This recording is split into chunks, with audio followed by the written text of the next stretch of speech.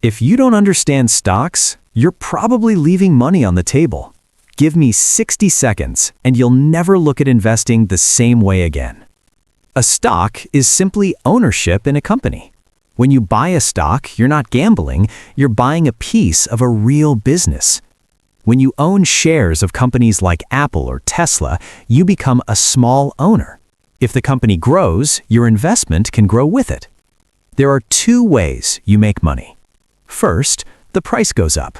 Buy at $100, it goes to $150, you profit. Second, dividends. Some companies literally pay you cash just for holding their stock. Yes, prices go up and down, but historically, the U.S. stock market has rewarded long-term investors.